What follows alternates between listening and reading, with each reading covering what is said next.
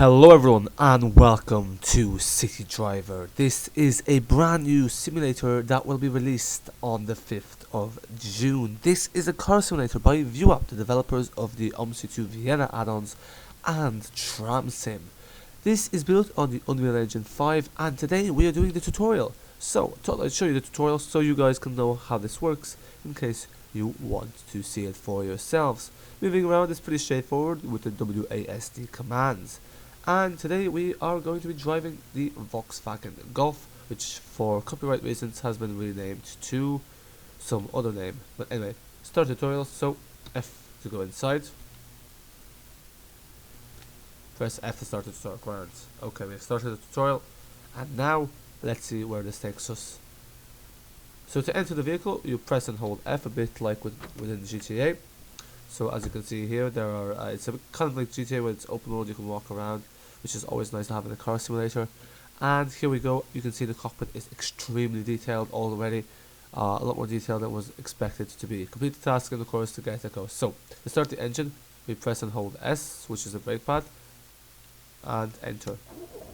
So it's an interesting way to start up, so S and hold, and then we're in drive mode now, and now as you can see here, we are driving. Whoa, isn't this surreal?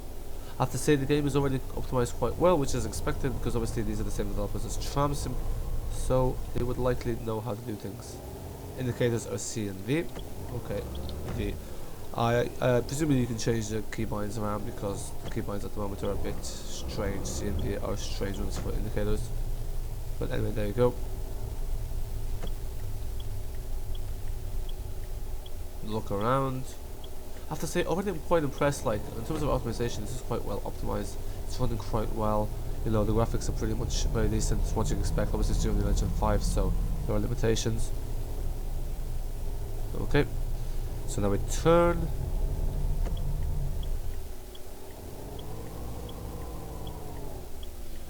So this game does feature quite a lot of cars.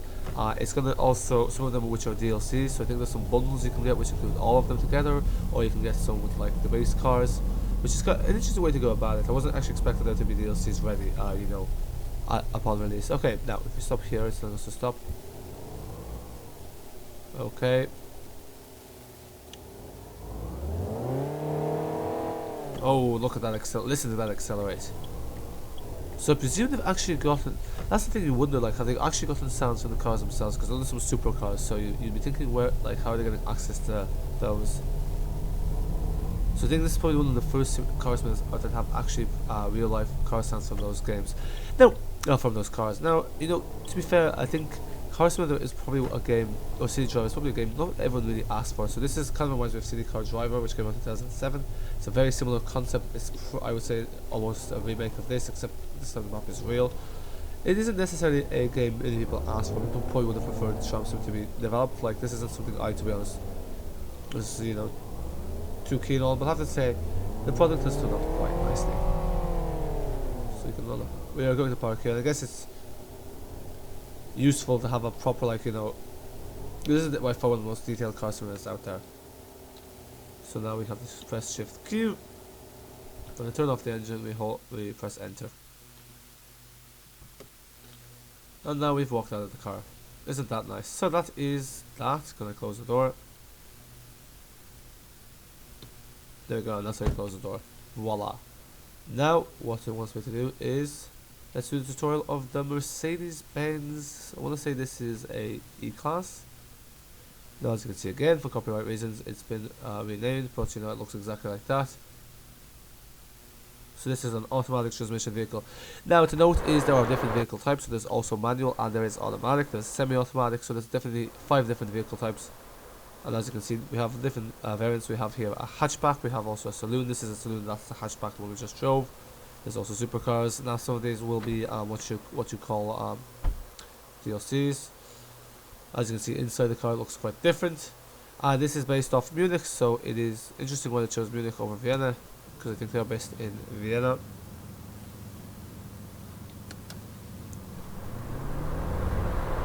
I wonder how you change the camera views. Oh, we have a sunroof. Nice. there air conditioning on? I don't know what's going on here. So yeah, definitely I'm going to have to change the keybinds because I kind of find it awkward pressing V and C as I'm trying to turn. But this is also compatible with mouse control. Oh, careful there. And also wheel. I should probably just set up my wheel. That would be a smart thing to do.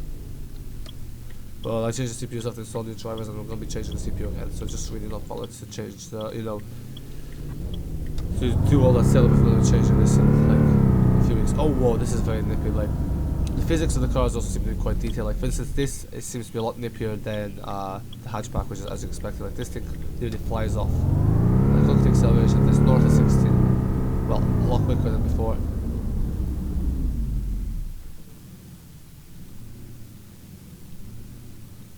But altogether, I have to say, quite impressive. Like, definitely this seems... Now, I'm not sure what the price is going to be, but, like, you know, so far, this definitely does seem to be going... This definitely does seem to be a lot better than was originally expected, in the sense that, I guess, compared to other games, obviously they have the experience, which is always nice, so I guess... Actually, I wasn't expecting this to be bad, per se. I wasn't really sure what I was expecting it, but, like, in terms of optimization, I guess sometimes, especially if it's early access, you're expecting it to be a bit buggier than this, but this is actually working quite well, which is nice. Although, obviously...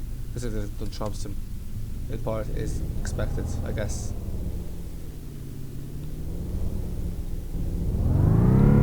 Listen to the engine go. This is like V8 a turbo. And voila! We press Q to stop that and turn off the engine, and then we can leave the vehicle.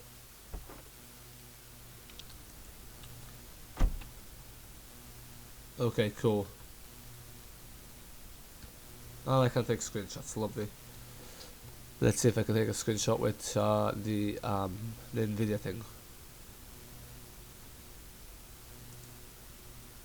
Okay, screenshot taken, cool. So folks, those are the two tutorials there. So that's just a quick video showing you the tutorial. There will be more videos to come. So that is that. So hopefully you enjoyed this video, found it helpful. And yes, see you in the next video. Okay, we haven't parked properly there, but sure, look at. And then here we have the Munich map. So as you can see here, this is the Munich area. We have a highway where you can get up to some speed. In different areas you can drive around. There's fuel stations where you can fuel up your car. And then there's different challenges you can do. Like some of them are not quite available in the early access version. There's stuff like, you know, taxi driving and that kind of thing, which is cool. Because obviously that would make sense as a taxi driver. There are quite a few vehicles here. We have a sedan, an SUV, a sports car, and a hatchback. So I think we have about 1, 2, 3, 4, 5, 6, 7, 6. Some of these are DLCs, I think. I'll have to check out later on. Here's the manual. So let's see how this... Why is the switch camera views? Okay, cool, folks. So hopefully you enjoyed this video. And yes, catch you in the next one. Bye for now.